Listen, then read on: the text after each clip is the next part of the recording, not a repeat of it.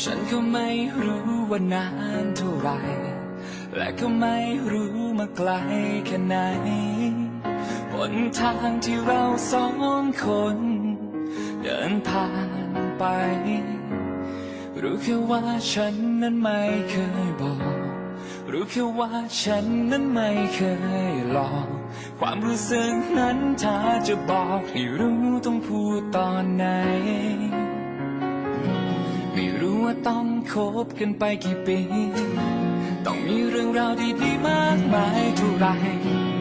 ถึงที่ควรพูดมันออกไปคำสั้นๆคำเดียวนี้ไม่รู้ว่าเธอนั้นรออยู่ไหมหรือจะปล่อยไปให้เป็นอย่างนี้แต่คิดดูอีกทีเก็บไว้ก็ไม่ดี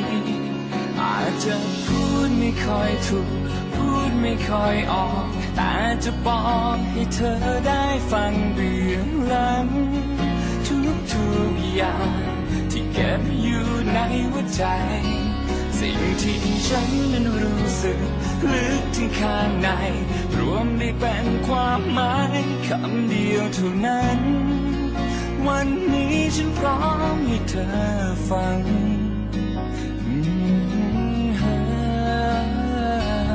ยังรออยู่ไหม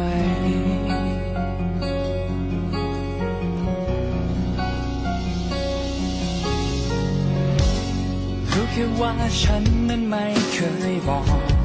รู้แค่ว่าฉันนั้นไม่เคยหลอกความรู้สึกนั้นถ้าจะบอกไม่รู้ต้องพูดตอนไหน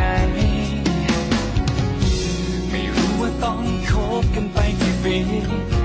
ต้องมีเรื่องราวดีๆมากมายเท่าไรที่ควรพูดมันออกไปคำ